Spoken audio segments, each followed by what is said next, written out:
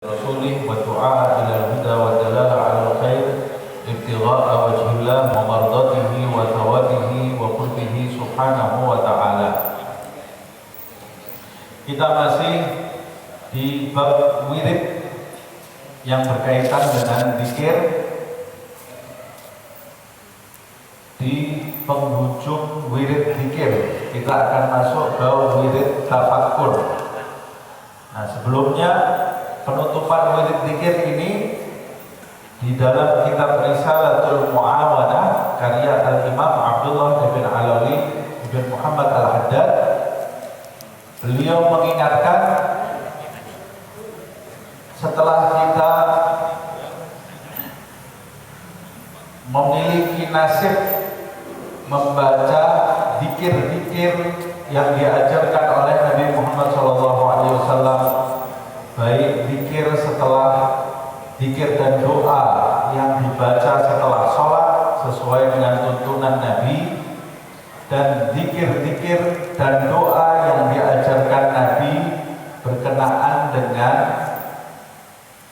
rutinitas kehidupan kita sehari-hari, seperti masuk ke dalam kamar mandi, keluar dari kamar mandi, mau makan, setelah makan, tidur, bangun tidur, mengenakan baju, melepas baju, keluar rumah, masuk ke rumah. Ada zikir-zikir yang diajarkan oleh Nabi Muhammad SAW. Ini sudah kita bahas di pertemuan yang lalu. Begitu pula zikir-zikir yang dibaca idza asbahta wa amsayta. Zikir-zikir yang layaknya kau baca yang diajarkan oleh Nabi setiap engkau bangun di pagi hari dan ketika engkau berada di petang hari. Jangan tinggalkan zikir-zikir itu karena di dalamnya terdapat manfaat yang luar biasa. Sampai beliau sendiri, Al-Imam Abdullah bin Al-Haddad mengatakan, kalau engkau tinggalkan ajaran Nabi ini di dalam kehidupanmu, kau tinggalkan zikir-zikir yang diajarkan Nabi ini, nanti kalau engkau terkena di dunia ini malapetaka pada dirimu atau pada keluargamu, fala yalumanna illa nafsah.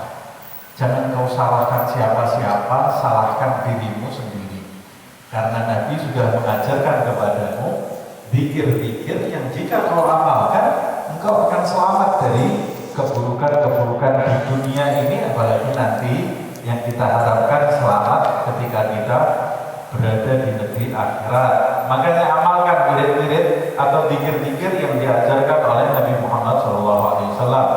Saya sampaikan juga di pertemuan yang lalu, diantaranya wirid pagi dan wirid petang yang sudah dirangkum, dihimpun oleh penulis kitab ini juga. Beliau memberikan judul Wirdul Latif, wirid ringkas, karena beliau meringkas dari sabda-sabda Rasulullah SAW yang diajarkan oleh Nabi, diringkas oleh beliau. Kalau kita membacanya, maka kita membaca apa yang diajarkan oleh Nabi Muhammad SAW. Nanti bisa dicari nuskhah atau tulisannya tentang Wirdul Latif itu dan bisa diamalkan di dalam kehidupan sehari-hari. Saya sampaikan juga di pertemuan yang lalu, dulu kiai-kiai kita di Indonesia ini, juga di Betawi ini ya, di Jakarta ini, tidak pernah meninggalkan pagi Wirdul Latif, dan antara maghrib dan isya atau di waktu isya Ratib Al-Aqtas dan Ratib Al-Haddad. Setiap malam mereka baca itu, dan itu isinya semua bersumber dari Nabi Muhammad SAW. Riwayat-riwayat yang asal muasalnya dari hadis dan dari ayat suci Al-Quran yang kalau kita baca, maka kita ini dalam kehidupan sehari-hari punya perisai di dalam hidup, sehingga bisa terjaga dari hal-hal yang tidak baik. Na'udzubillah. Semoga Allah Subhanahu wa Ta'ala menjaga diri kita, menjaga keluarga kita, anak-anak kita, sahabat-sahabat kita dari hal-hal yang buruk lahir dan batin, dunia dan akhirat. Amin ya rabbal alamin. Nah, di penutupnya beliau mengingatkan di halaman berapa ini? 24. khamsin wa arba' atau arba' wa khamsin 54 53 sudah ya? Sudah. Terakhir kan kita membahas sampai 53 itu di bawah. Ini 54. Beliau mengatakan waj'al laka wirdan minas salati ala Rasulillah sallallahu alaihi wasallam. Ini sebagai penutup di bab zikir ini. Jangan lupa juga jadikan wirid di dalam kehidupan kamu sehari-hari, wirid sholawat kepada Rasulullah sallallahu alaihi wasallam. Sholawat kepada Nabi Muhammad sallallahu alaihi wasallam. Jangan lupa sholawat kepada Rasulullah sallallahu alaihi wasallam. Mengapa kita tidak boleh lupa sholawat kepada Rasulullah sallallahu alaihi wasallam? Fa innaha wuslatun bainaka wa baina nabiyillah sallallahu alaihi wasallam. Sebab sholawat itu, sholawat yang kau baca itu akan menimbulkan wuslah. Wuslah itu ikatan. Nanti akan menimbulkan ikatan antara kamu dengan Nabi Muhammad SAW. Mulai dulu dengan membaca sholawat.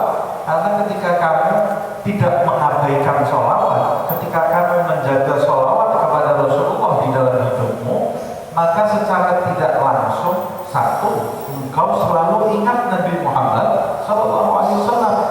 Kalau engkau selalu ingat kepada Nabi Muhammad SAW, maka engkau akan sadar bahwa pemimpinmu yang sebenarnya yang bisa mengantarkan kamu mendekat kepada Allah Subhanahu wa Ta'ala, cermin kamu yang benar yang bisa memantulkan cahaya hatimu terkena sinar petunjuk Allah Subhanahu wa Ta'ala adalah Nabi besar Muhammad sallallahu alaihi wasallam.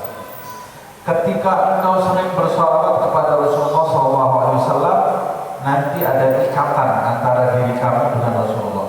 Sebab setiap harinya kamu ingat Nabi Muhammad sallallahu alaihi wasallam. Siapa yang ingat Nabi Muhammad, pasti dia ingat Allah Subhanahu wa Ta'ala. Siapa yang ingat Allah, pasti dia ingat Nabi Muhammad sallallahu alaihi wasallam. Sebab Allah menjadikan Nabi Muhammad itu pintu menuju kepada Allah. Kalau kita ingat gudang yang menyimpan barang berharga, kita ingat itu letaknya gudang itu, barang berharga itu di sebelah sini. Pasti kita ingat kuncinya.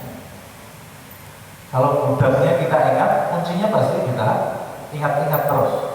Karena gudang dengan kunci ini jadi satu. Kalau kamu hanya ingat gudangnya, tidak ingat kuncinya, bagaimana kamu bisa masuk ke gudang itu? Nah, mungkin bisa masuk kamu ke gudang itu. Kalau kamu mau tahu itu isinya barang berharga di gudang itu, kamu pasti mengingat-ingat kuncinya supaya memudahkan kamu masuk. Nah, umpamanya seperti itu. Gudang kebahagiaan, sumber kebahagiaan, sumber keselamatan, sumber keberkahan, sumber kegembiraan, itu adalah Allah Subhanahu wa Ta'ala, dan kuncinya adalah Nabi Muhammad sallallahu alaihi wasallam. Itu sebabnya Allah sendiri menyebutkan di dalam ayat suci Al-Qur'an, qul in kuntum tuhibbunallaha fattabi'uni yuhibbukumullah. Katakan hai Muhammad kepada umatmu, jika kalian menginginkan cinta Allah, dekat dengan Allah, punya kedudukan di sisi Allah, maka ikuti aku Muhammad sallallahu alaihi wasallam. Kalau kalian tidak mengikuti Muhammad, kalian tidak akan mendapat cintanya Allah. Dari mana tahu? Allah sendiri yang memerintahkan Nabi Muhammad untuk menyampaikan kepada umatnya. Kalian tidak mungkin selamat kalau nyari jalan sendiri, dan mungkin selamat. Kalian tidak akan dapat cintanya Allah kalau kalian berusaha mendekat kepada Allah dengan otak kalian sendiri. Tidak mungkin kalian selamat. Tidak mungkin kalian dapat cintanya Allah. Tidak mungkin. Kok bisa seperti itu? Karena Allah sendiri yang mengatakan, siapa yang mau cintaku, ikuti hamba ini, Muhammad SAW. Berarti satu-satunya pintu menuju kepada Allah hanya Nabi Muhammad SAW. Siapa yang tidak mengenal Muhammad SAW di dalam hidupnya, dia tidak akan mengenal Allah, walaupun dia sholat sampai pecah kepalanya, walaupun dia nangis takut kepada Allah sampai habis air matanya berganti darah. Kalau dia tidak kenal Nabi Muhammad SAW, dia tidak mungkin bisa mendapat ampunan Allah Subhanahu wa Ta'ala. Kalau Allah mau menjadikan hambanya bahagia, pasti Allah memperkenalkan hambanya dulu kepada Muhammad SAW.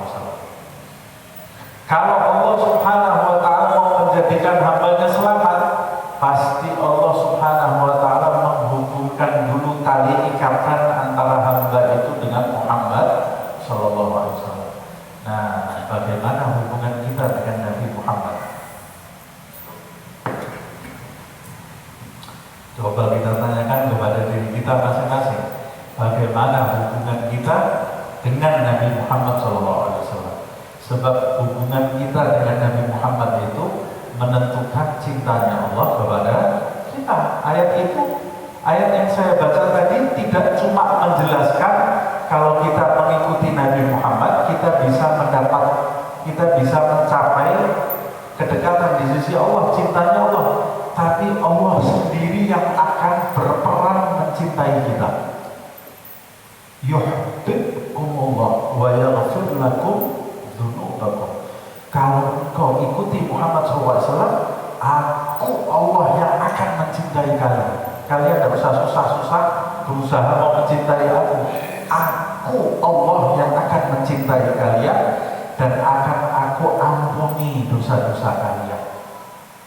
Kalau mau selamat, bangun hubungan antara diri kita dengan Nabi Muhammad SAW. Bagaimana di antara caranya kita membangun ikatan antara diri kita dengan Nabi Muhammad? Di antaranya dengan membaca sholawat kepada Rasulullah SAW. Kalau tidak ingat, bagaimana cinta? Siapa yang tidak ingat, bagaimana bisa sayang? Siapa yang tidak sayang, bagaimana ada ikatan? Tidak mungkin ada ikatan. Makanya ada ucapan apa? Tak kenal maka tak sayang.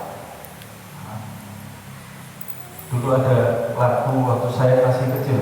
Aku mau makan, ingat kamu. Aku mau tidur, ingat kamu. Itu lagunya dibuat untuk ingat pacarnya.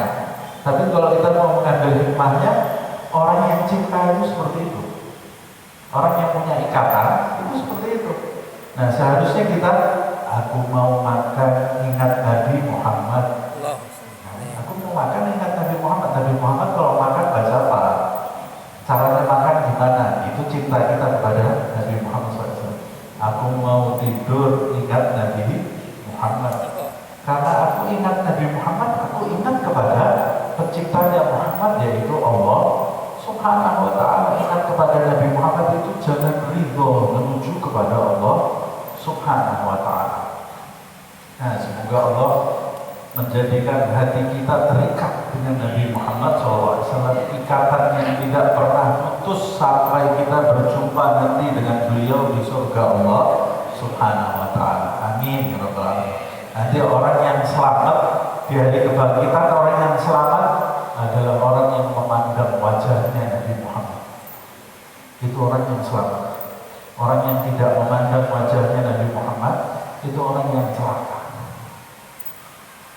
Nabi Muhammad sendiri yang mengatakan pada waktu istrinya Aisyah di malam hari menjahit, jarumnya jatuh meraba-raba, cari jarumnya, gelap, tidak ada lampu seperti sekarang malam hari. Aisyah itu sedang meraba-raba, tiba-tiba Rasulullah datang dari luar, masuk ke kamar. Waktu Rasulullah masuk ke kamar, kamar yang tadinya gelap di malam hari seperti ada lampunya, padahal zaman dulu tidak ada lampu. Kamarnya jadi terang, jarum yang dari tadi diraba-raba, dicari itu jadi terlihat. Diambil oleh Aisyah. Ini cahayanya dari mana ya? Dia nengok, ternyata arah cahayanya dari wajahnya Rasulullah SAW.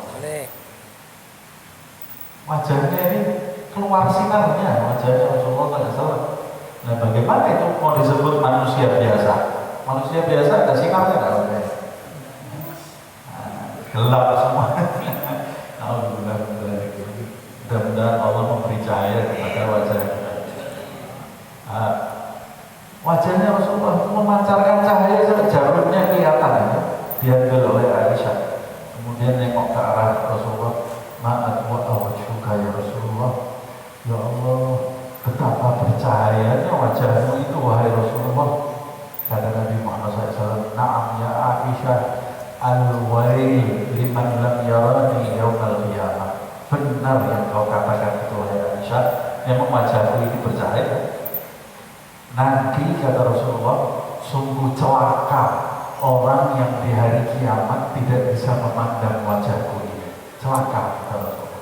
Mudah-mudahan kita termasuk mereka yang memandang wajah Rasulullah SAW, anak-anak kita, pasangan hidup kita, orang tua kita, sahabat-sahabat kita, semoga termasuk mereka yang memandang wajah Nabi Muhammad SAW. Nah, bagaimana caranya? Dari sekarang jalin ikatan dengan Rasulullah SAW. Di antaranya, fa'innaha wuslatun, fa'inna salata ala Nabi Muhammad SAW wuslatun bainaka wa bainahu SAW. Bersolawat kepada Rasulullah SAW. Wa babun yufidu alaika minhul madad biwasitatihi min hadratihi alaihi salatu wassalam. Dan salawat itu kalau engkau baca, satu, akan menimbulkan ikatan antara kamu dengan Nabi. Dua, salawat itu adalah pintu yang akan mengalirkan kepadamu dari Nabi Muhammad SAW, akan mengalir kepadamu al-madad. Apa itu al-madad? Kita sering dengar orang baca qasidah itu madad, madad, madad. Habib Syekh itu tuh suka baca qasidah itu madad, madad, madad. Apa itu madad? Madad itu, madad itu artinya anugerah dari Allah Subhanahu wa ta'ala, pemberian dari Allah Subhanahu wa ta'ala, pemberian khusus yang tidak diberikan kepada seluruh hamba, tapi pemberian kedekatan di sisi Allah Subhanahu wa ta'ala. Itu namanya madad. Nah, sholawat kepada Nabi ini kalau kita baca dengan serius, kita tekuni, sholawat itu adalah pintu madad, pintu anugerah Allah yang berasal dari Nabi Muhammad SAW. Jadi Allah itu memberikan anugerahnya kepada hambanya itu, ada yang diberikan oleh Allah secara langsung, ada yang anugerahnya itu dititipkan oleh Allah di sebagian hamba-hambanya. Anugerah spiritual ya. Kok bisa seperti itu sih Ustaz? Ya dalam anugerah jasmani aja seperti itu. Anugerah jasmani itu kadang-kadang oleh Allah, sebagian besar anugerah jasmani kita itu dititipkan oleh Allah kepada makhluknya. Kita waktu dulu sebagai bayi, makanannya turun dari langit masuk ke mulut kita atau melalui ibu kita? Melalui ibu kita. Nah, tidak bisa kita bilang, saya mau anugerah langsung dari Allah. Tidak boleh dari makhluk, sewek gitu, dari makhluk. Loh, Allah yang mau kita dapat anugerah melalui makhluknya. Makanya kita waktu bayi, waktu di perut ibu kita, anugerahnya dari tali pusarnya ibu kita. Hakikatnya siapa yang memberi anugerah itu? Allah. Tapi Allah mau kita dapatnya melalui perantara tali pusar ibu kita, supaya kita jadi anak yang berbakti kepada ibu. punya jasa. Kalau nggak gara-gara tali pusarnya ibu kamu, nggak hidup kita sekarang. Nah, anugerah rohani juga seperti itu. Anugerah rohani itu dititipkan oleh Allah Subhanahu wa Ta'ala melalui orang-orang soleh yang ada di muka bumi. Pemimpinnya orang soleh adalah Nabi besar Muhammad Sallallahu Alaihi Wasallam. Salah satu buktinya para sahabat dapat petunjuknya Allah dari siapa? Dari Allah langsung atau dari Nabi Muhammad? Dari Nabi Muhammad Sallallahu Alaihi Wasallam. Para sahabat bisa membaca Al-Quran dari siapa? Langsung Al-Quran turun ke mereka atau melalui Nabi Muhammad? Melalui Nabi Muhammad SAW. Al-Quran kalau tidak dijinakkan oleh lisannya Nabi Muhammad, niscaya tidak ada satu sahabat pun yang bisa membaca. Dijinakkan dulu oleh lisan Nabi Muhammad SAW. Makanya Allah Subhanahu wa Ta'ala sampai berfirman, "Law anzalna hadzal Qur'ana 'ala jabalin la ra'aitahu khashi'an mutasaddian min khasyatillah." Kalau Al-Quran itu kami turunkan di atas gunung, bukan di atas Muhammad, aku turunkan di atas gunung, maka kalian akan melihat gunung yang dibuat contoh gunung. Karena gunung itu benda yang paling kuat di bumi ini adalah gunung. Gunung yang pasangnya bumi. Yang paling kuat di bumi ini adalah gunung. Kalau Al-Quran aku turunkan di atas gunung, kata Allah, maka kalian akan melihat gunung itu pecah, hancur karena takut kepada Allah. Gunung. Tapi Al-Quran turun ke dalam dada Rasulullah Sallallahu Alaihi Wasallam 114 surat 30 juz. Pecah nggak Rasulullah? Berarti Rasulullah lebih kuat dari gunung. Dihujani Al-Quran oleh Allah Subhanahu wa Ta'ala. Makanya di dalam hadis Bukhari, kadang-kadang wahyu itu kalau turun, Rasulullah di atas unta, untanya jatuh ke bawah. Tidak kuat memanggul Nabi Muhammad SAW. Nabi Muhammad kuat di atas unta. Wahyu sedang, waktu turun wahyu, Nabi Muhammad masih sedang di atas unta. Untanya jatuh ke bawah langsung.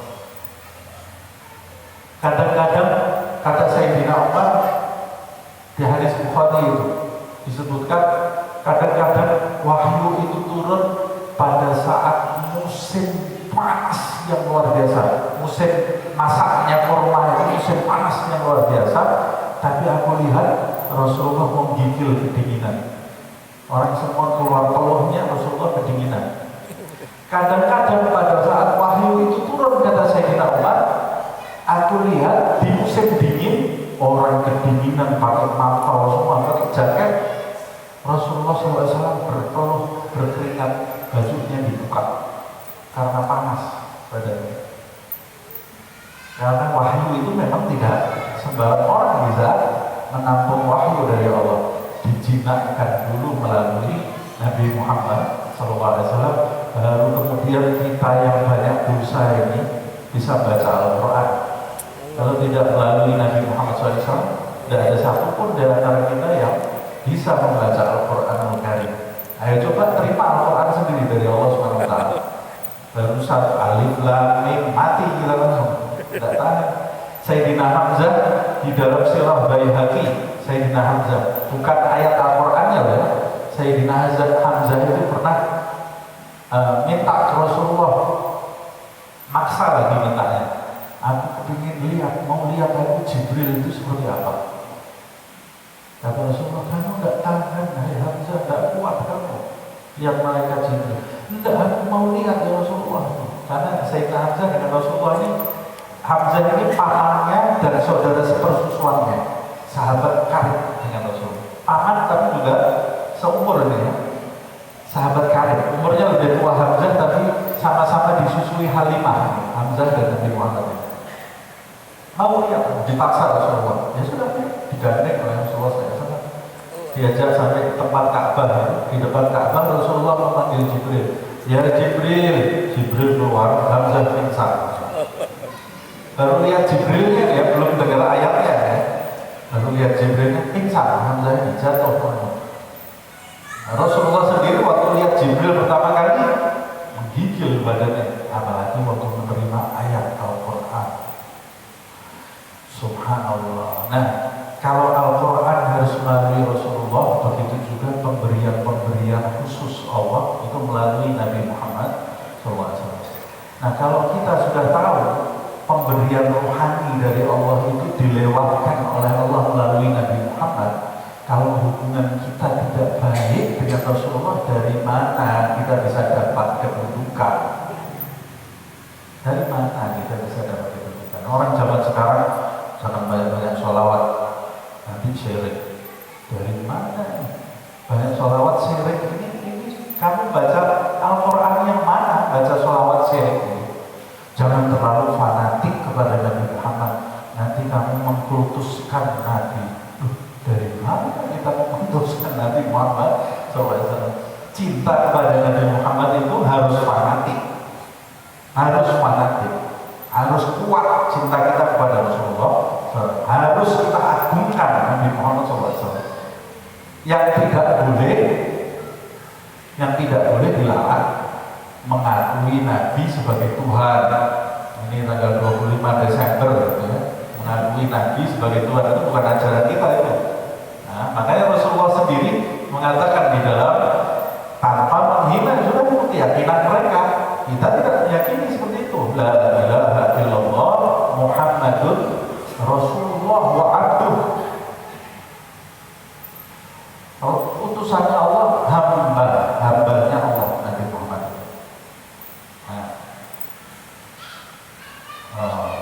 Rasulullah sendiri mengatakan, la tatra'uni katatarru'il yahud wan nasara. Hei umatku, jangan kau puji-puji aku. Hadisnya dipenggal di sini. Itu loh, Rasulullah kan mengatakan jangan kau puji-puji aku. Lanjutkan dulu hadisnya, jangan hadis setengah-setengah. La tatra'uni, lanjutannya katatarru'il yahud wan nasara. Jangan kau puji-puji aku, jangan kau agung-agungkan aku seperti pujian dan pengagungannya orang Yahudi dan Nasrani kepada nabi-nabi mereka. Bagaimana orang Yahudi dan Nasrani mengagungkan nabinya? Mereka mengatakan Uzair. Orang Yahudi mengatakan Uzairullah, Uzair anak Tuhan. Orang Nasrani mengatakan Isa ibnullah. Itu di dalam ayat itu. Isa anak Tuhan. Kita dilarang memuji, mengagungkan Nabi Muhammad seperti itu.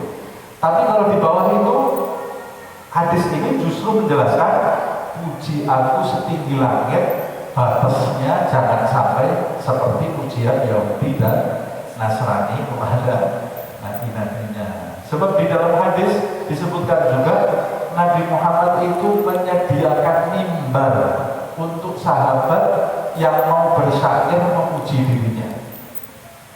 Karena memuji Nabi Muhammad SAW itu mendatangkan perhatian pencipta Nabi Muhammad, Allah Subhanahu wa Ta'ala. Nah, jadi penting sekali sholawat kepada Nabi Muhammad SAW. Nabi sendiri mengatakan Allahul Mu'ti wa anal Qasim. Makanya Nabi Muhammad itu juga dijuluki di antara nama-namanya Qasim. Qasim itu yang membagi anugerah Allah. Kata Rasulullah, Allahul Mu'ti wa ana Qasim. Allah yang memberi, aku diberi mandat untuk membagi. Yang dapat bagian Abu Bakar, Umar, Utsman, Ali, Abu Hurairah, Bilal ibn Rabah, Abdurrahman ibn Auf, Salman al-Farisi, Mu'adz ibn Jabal. Kita mau dapat bagiannya? Ya, jadi sahabatnya Rasulullah SAW bangun hubungan dengan Nabi Muhammad SAW. Kalau tidak ada hubungan dengan Nabi Muhammad, mimpi dapat kedudukan di sisi Allah Subhanahu wa Ta'ala. Makanya sebelum mengikuti sunnahnya Nabi, cinta dulu dengan Nabi Muhammad SAW. Cinta, yang cinta kepada Rasulullah SAW. Nanti kita mengikuti sunnah Nabi itu dengan hati. bukan seperti robot. Bukan seperti robot, tapi dengan cinta. Dengan cinta itu ukurannya sangat berbeda. Nah, biwasitati min hadratihi alaihi salatu wassalam. Wa qad qala salawatullah wa salamuhu. Rasulullah sallallahu alaihi wasallam sendiri bersabda, "Man shalla alayya marratan sallallahu alaihi biha asyra." Kata Rasulullah SAW, siapa yang bersolawat kepadaku satu kali, maka Allah Subhanahu wa ta'ala melalui sholawatnya yang satu kali itu, Allah bersolawat kepadanya 10 kali. Sholawatnya Allah kepada hamba itu adalah rahmat, mendapat rahmat dari Allah Subhanahu wa ta'ala. Kemudian dalam hadis yang lain, wa qala alaihi salatu wassalam, Rasulullah SAW juga bersabda, ahabbukum ilayya wa aghrabukum minni majlisan yaumal qiyamah.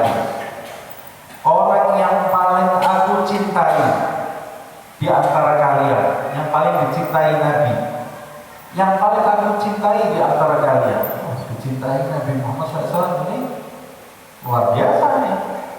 Orang yang paling aku cintai di antara kalian dan yang paling dekat nanti tempat duduknya dengan aku di hari kiamat. Ya Allah, nikmat ini. Nah, kita ini yang tempat duduknya Nabi ini fit ini. Yang apa itu? Yang istimewa ini tempat duduknya Nabi. Tempat duduknya selain Nabi itu yang tenggelam di keringatnya, ada yang sampai lutut, ada yang sampai pusam, matahari satu jengkal.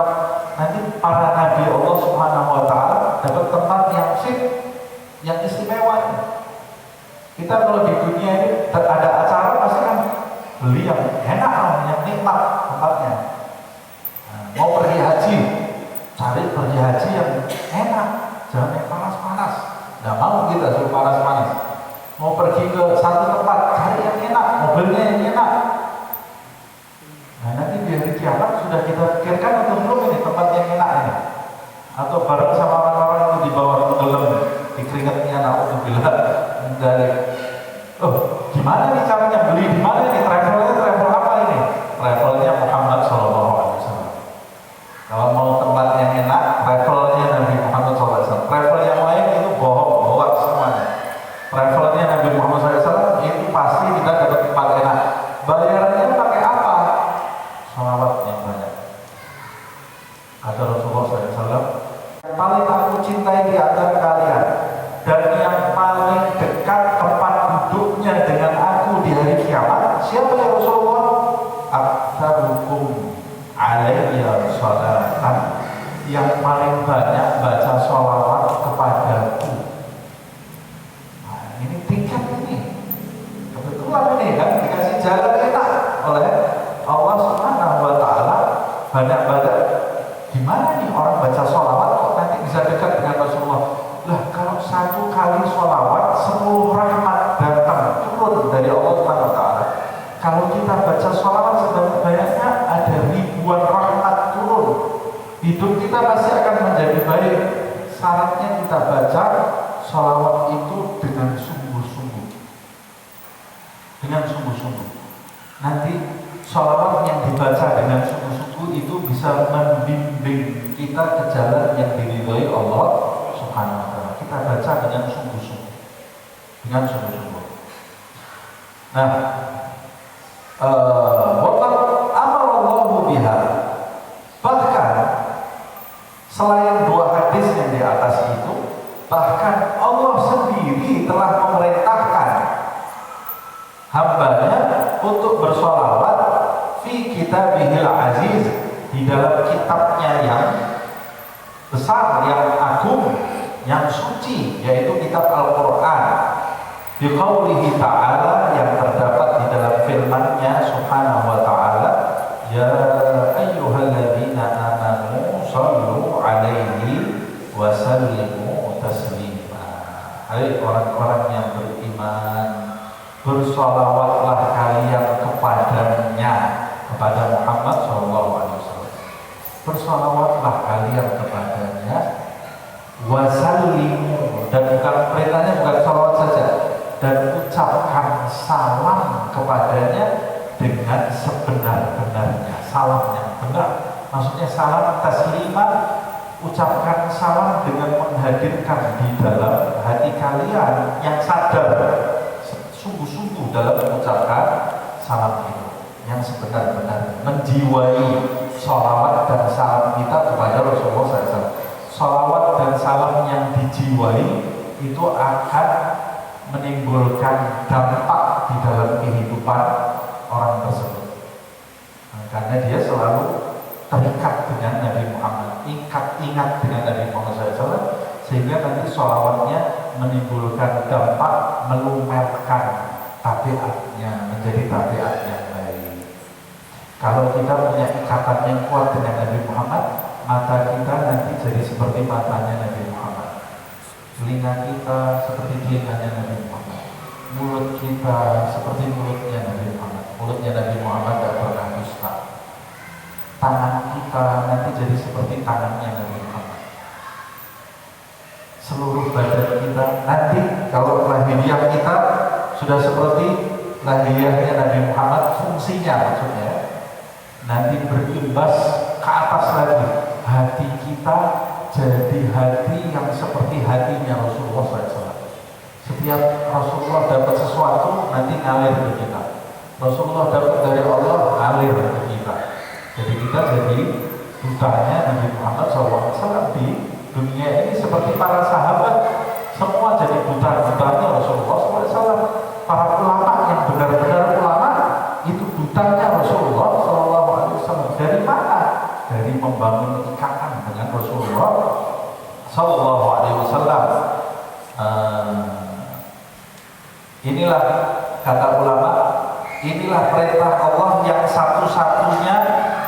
Sebelum Allah memerintah, Allah mencontohkan terlebih dahulu. Allah memerintahkan sholat, perintah aja, memerintahkan zakat, puasa, semuanya perintah dari Allah. Tapi sebelum memerintahkan sholawat, Allah memberi contoh dulu kepada hambanya. Innallaha wa malaikatahu yusholluna 'alan nabi. Hai para hambaku, sesungguhnya Allah dan malaikat-malaikatnya semuanya bersolawat kepada sang Nabi, yaitu Muhammad SAW. Kalian ayo ikut bersama kami bersolawat kepada Nabi Muhammad SAW. Jadi kalau kita bersolawat kepada Nabi, kita itu sedang memuliakan diri kita. Nah, famtatil wastakthir minha wa la tastakhlil. Maka ikuti perintah Allah ini dan perbanyak sholawat kepadanya, karena yang memerintahkan sholawat itu Allah. Yang banyak sholawat kepada Rasulullah SAW. Wala tastakhlil, jangan kamu pelit bersholawat. Sholawatnya cuma sedikit, apalagi tidak pernah sholawat. Jangan sedikit, apalagi tidak pernah sholawat. Hari ini sholawat berapa kali? Jangan pelit bersolawat, karena sesungguhnya sholawat itu keuntungannya kembali kepada kita.